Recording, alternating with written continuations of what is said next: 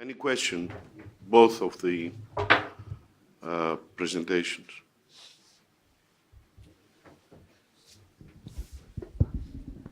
So, Achilles, can we combine those two, the lateralization of the humerus and lateralization of the glenoid? And the same question to George. Where's George? Okay.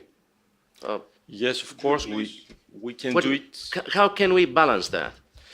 The most important thing is to make a very good preoperative planning to see what are the deformities. If you have to correct the deformities and to use a bioRSA to correct the deformities is the first thing, because otherwise you have to medialize a lot your base plate. And the other thing is the lateral extension of the acromion. If the acromion is too large, you have also to put a small bioRSA to a little bit lateralize it. But I think the most important is the humeral side. Also, I also believe in the project, in the idea of Pascal Boileau for the reverse shoulder ankle, that the bioRSA is very useful to correct the inferior superior inclination of the glenoid. Sometimes I support it and I also try to measure it. So in 90% of the cases, I combine them, but I am very careful how much I lateralize with a bioRSA. And previously, in France, we were doing it. We were in favor of doing a lot to take a graft of 10 millimeters. Right now, no. Did you have any complications with it?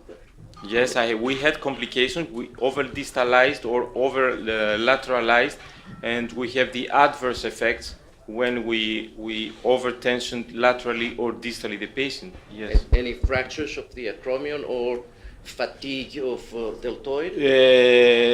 We didn't reach to have fatigue of the deltoid. The patient didn't improve from the first time. They had paresthesias, numbness, and a pain that was constant. So we are very careful right now with the bone plug that we are using behind the base plate. George? So you cannot fully combine both. The truth is that if you lateralize and lateralize, you will overtension something. So the other big problem is if you over-lateralize the glenoid and you over-medialize the humerus, which is an impossible task for the deltoid. It will never move. So you have to be quite careful in the pre-op planning on if you decide to do a bioRSA, how much of a bone block you're going to use. And I don't see a huge advantage because you can use a metallic augmented standard base plate like the Verso has. It only gives you 3 to 4 millimeters of lateralization, and you avoid the risks of bone absorption, and you are a lot more accurate on your glenoid side. And then you need to think on the humeral side, and that depends on the situation. So, in both of you, what do you do in your cases? I mean, do you use the same procedure for all cases, or you change according to the pathology? For my standard reverse with normal glenoid without significant erosion fracture, yes, I use the same implant. And it's lateralized on the glenoid side and pretty much standard on the humeral side. You can decide it's the Verso, so you can decide where you want to put your humeral side. I'm using the same, but I'm using similar, not the same that I like Tournier, that he has the same base plate, so I can do a bioRSA. I usually use ankled bioRSA right now, not straightforward, in order to correct the deformities. Not to lateralize a lot, but also mainly to correct the deformities. If there are no deformities, I'm using only the on-lay system, and the other side always a non-lay system. And I can, with eccentricity, I can change the lateralization, distalization intraoperatively. To correct the deformities, I think it's the most important. I prefer systems like these. It's a complex discussion about the mechanics of every implant. There are lots of differences on between the inlay, and they're completely different, the Verso and the Tournier.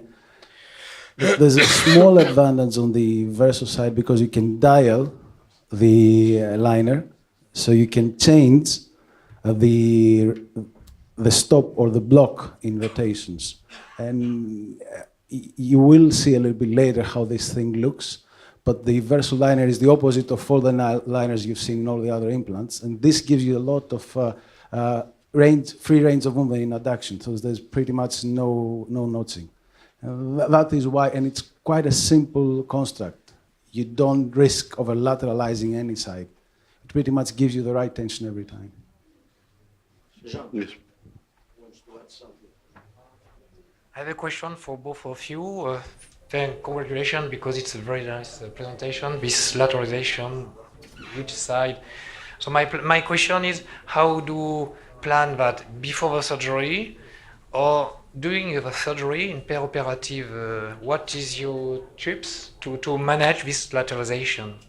Is it only a preoperative or do you have a perioperative element? For the preoperative, before 1 year, it was more simple because I used the blueprint. So right now it's a little bit more complicated. I'm only using a software for my computer, and I try to make to measure the cuts, to measure the cuts in the preoperative, to measure the retroversion in the inclination, and to measure how much I want to correct these deformities from the glenoid side. But the humeral side, it's very, very difficult to do it right now. With the blueprint, I've started to measure the ankles in the blueprint also, and it was more easy to do it. Right now, it's difficult. So the answer is double for that to my side. I like to upload my things into the blueprint just to make sure that I haven't made a mistake. I don't have a type C glenoid looking 30 degrees retroverted. But usually for your standard non-retroverted calf arthropathy glenoid, the base plate of the implant we use is standard. You can pretty much accommodate it in all the standard glenoids. And then the humeral side, you decide the tension intraoperatively because you can dial and place the humeral side where it's best. And then you balance the remnants of the teres and the subscap onto your construct, making sure you have good range of movement intraoperatively. So that's why I said it's an a la carte humeral side. You cannot fully preoperatively assess where you put it because you can see where it goes, and then you can also change the version of the liner. Okay, any other question? Okay, we can go on. Thank you. Question, please. Yeah. I have a comment on the stemless reverse. I thank Ofer for pointing out that it is very important whenever we do a study about a new implant that might fail over time on our patients, that we are very honest about it. And so this is very important that you mentioned that with the tests, what we examined were only 18% out of all the reverses that were implanted. So we actually did a positive selection of our patient. I think that's very important. And another issue that I would like to point out with the stemless reverse is it gives you a lot of variation, which basically is a good thing, I would say, but it is also a dangerous thing. So you have to be very careful. We had a wide variety of inclination, and we examined cases of a very experienced surgeons, which had a range of about 50 degrees of different inclination. So we saw prostheses that were implanted in a very steep way and in a very flat way. So this might be a little bit less of a problem with your design because it had kind of like this guidance with this fin, I call it, maybe. But if you have a stemless design, which is kind of like a ball, it's not as easy to implant the right degree of inclination as it is with a stem, for example. Philip, which is the optimal inclination for you? For me, right now, I go with 145 degrees, so a little bit of new school, but not too much. Because 135 in my mind is the more new school approach and 155 is the traditional one. I think the tendency is to make, and this is what Butch Krishnan also says, he makes his reverse more and more anatomical. So he resects 135 and tries to implant a 135 or 145 degrees implant. I don't know if you, Ofer, are going for a steeper inclination for future development, so you stick with the 155? First of all, thank you very much for your comments. And indeed, with that's where the shape of the implant is important, because all the rounded ones are difficult to actually get the right. And with the Verso, the cut is 155, but we have this oblique liner of 10 degrees, and with that we have 145. Okay. And it works wonders. You can see the rotational movements. You can adjust it. So you have first of all, impingement-free movement, and then if you retension the teres, even if it's completely fatty generated. We did a study, one of my fellows, Paolo Consigliere, did a study looking at that even if it's completely gone, if you retension it and reattach the remnants of the subscap, you get excellent rotations. And I never had to do any tendon transfer. For this case. If it's 155, how can you avoid notching? It's 145 because I have, 45, you said. it's 155 cut and 145 with a 10 degree angled liner. We have the same experience. We don't do any tendon transfers because we lateralize 3 millimeters even in a native glenoid. With So that glenoid we have ligament. 3 millimeters as well. That's so yeah. Yes. Curious. Would you like to add something Oh, on no, that? it's fine. It's the same thing. Yeah. Bruno, you want to comment on that?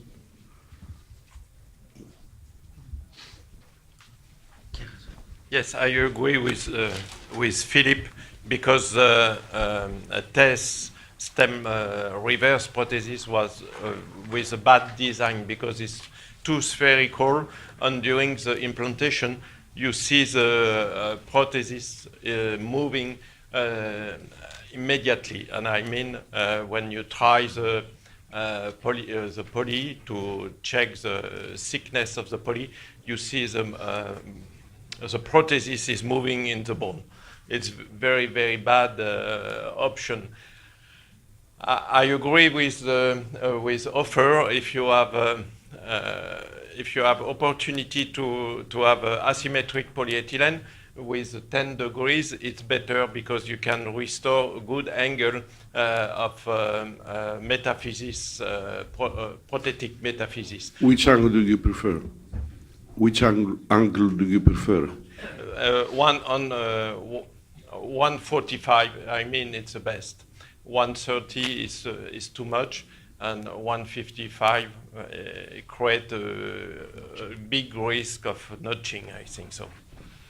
Ofer, can I ask you something? Have you noticed any medial calcar resorption in long survival? I mean, in patients more than 6 years or almost 6 years. You haven't noticed that? No, not at all. And I think the key is because the fixation is only cancellous. It's cancellous fixation, and the shape of the implant transfer the load to the cancellous bone of the metaphysis, which does not really rely on any cortex. So if you don't have any of that, you don't get any stress shielding, you don't get any resorption. Yes? I have this aspect with the TES reverse prosthesis because there is some damage of the polyethylene bearing, and the rise of polyethylene goes on the metaphysis and create resorption of calcar. So do you think it's a matter of polyethylene or the prosthesis? I mean, I am not sure, but Jean, would you like to comment on that? What's your opinion? No, I just listen because I have no experience with stemless. In fact, I use a long stem. But we have with the arrow system, we have the same concept. We have a 135 degrees osteotomy, and for the stem, because it's an anatomic stem, it's a convertible one between the anatomic and the reverse. But the cup is have some compensation of the angle, and with a cup we have 155 degrees. So we're, I think, on the same line. But stemless, I don't have any experience with stemless. Thank you very much.